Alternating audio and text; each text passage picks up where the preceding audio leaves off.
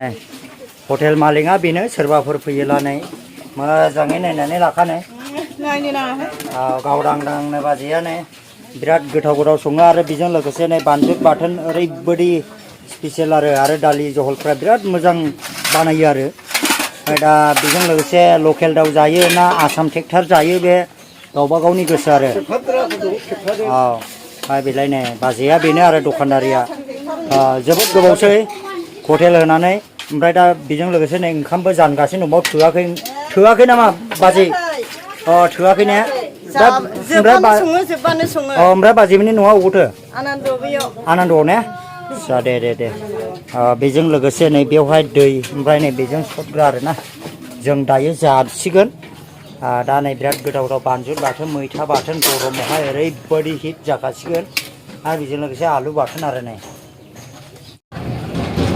रायजो राजा नोंथांमोन आंनि मिनिया बर'नि इउटुब चेनेलनि दारै आङो फोसावहरनो सानदों दा नै बेफोरबायदि बेनार होखानाय जाबाय फैगौ 4 थारिख सेप्तेम्बर 4 थारिखआव जोंनि जरा बल फिल्डआव जोलुर बादायारि होनो थांगासिनो दङ रायजो राजा नोंथांमोना बे बेनारखौ नायनानै जे रुजु रुमु जे थांनानै नायहैलायनो हागोन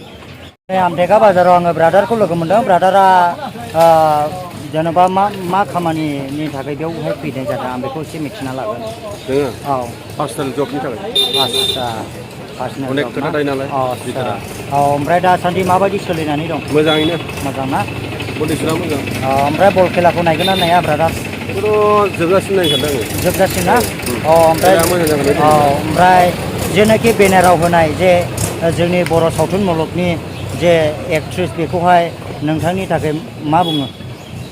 दाथ' बिराद मोजां जाहैदों बेखौनो मानसिफ्रा हांख्रायदोंमोन रायजो राजाफ्राबो बेखौनो नायनो एक्साइटेड जागासिनो दं आदसा मिथिनायनि थाखाय आंनि मिनिया बर' इउटुब चेनेलाव ब्रादारनिसिम रोजा रोजा साबायखर बावनाय थाबाय थेंक इउ आङो ब्रादारखौ लोगो मोनफैदों दा ब्रादार माबायदि दं मोजाङैनो दं ना आदसा खाम दाम बिजनेसफ्रा सोलिगासिनो थ' मिथिनायनि थाखाय साबायखर बावनाय थाबाय ब्रादारनिसिम थेंक इउ दिनै आङो आमटेका ओंखाम जानाय जासिगोन नैबे बाजैनि हटेलावहाय बे बाजैनि हटेलाव जों ओंखाम जानाय जासिगोन आरो नै हटेल मालिकआ बेनो सोरबाफोर फैयोला नै मोजाङै नायनानै लाखानो गावदांदांनो बाजैया नै बिराद गोथाव गोथाव सङो आरो बेजों लोगोसे नै बानलु बाथोन ओरैबायदि स्पेसियेल आरो दालि जहलफ्रा बिराद मोजां बानायो आरो दा बेजों लोगोसे लकेल दाउ जायो ना आसाम ट्रेक्टर जायो बे गावबा गावनि गोसो आरो बेलाय नै बाजैया बेनो आरो दखानदारिया जोबोद गोबावसै हटेल होनानै ओमफ्राय दा बेजों लोगोसे नै ओंखामबो जानगासिनो दंबावो थोआखै नामा बाजै थोआखै ने ओमफ्राय बाजैमोननि न'आ अबावथो आनन्दआव ने आदसा दे बेजों लोगोसे नै बेवहाय दै ओमफ्राय नै बेजों सटग्रा आरोना जों दायो जासिगोन दा नै बिराद गोथाव गोथाव बानलु बाथोन मैथा बाथोन गरमावहाय ओरैबायदि हिट जाखासिगोन आरो बेजों लोगोसे आलु बाथोन आरो नै बारै जालागासिनो दङ नै बेजों लोगोसे ओंखाम हटेल जों बेवहाय दायो जानानै लाग्रोनाय जासिगोन ओमफ्राय नै ब्रादारा जागासिनो दं मा जादों ब्रादार अमासो जादोंलै अमा आदसा आसाम ट्रेक्टर बर'नि खायद' बेजों लोगोसे नै ब्रादारमोन जागासिनो दं चिरां डिस्ट्रिक्टनि सिङाव थानाय आमटेका बाजारनि बे अट' स्टेन्ड सोरबाफोर आन्दायबायदोंब्ला नै बेवहायनो बे फाख्रि दंफां सेरावनो दङ नै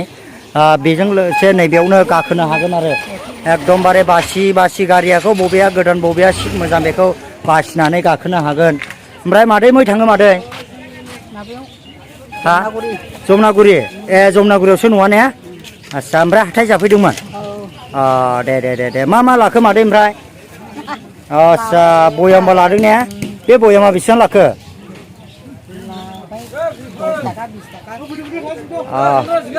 ओरैजाय नै अट' अब्ला जोङो ओंखाम जानाय जासिगोन लोगोफोर नैबो जानोसै बाजैनाव औ आस्सा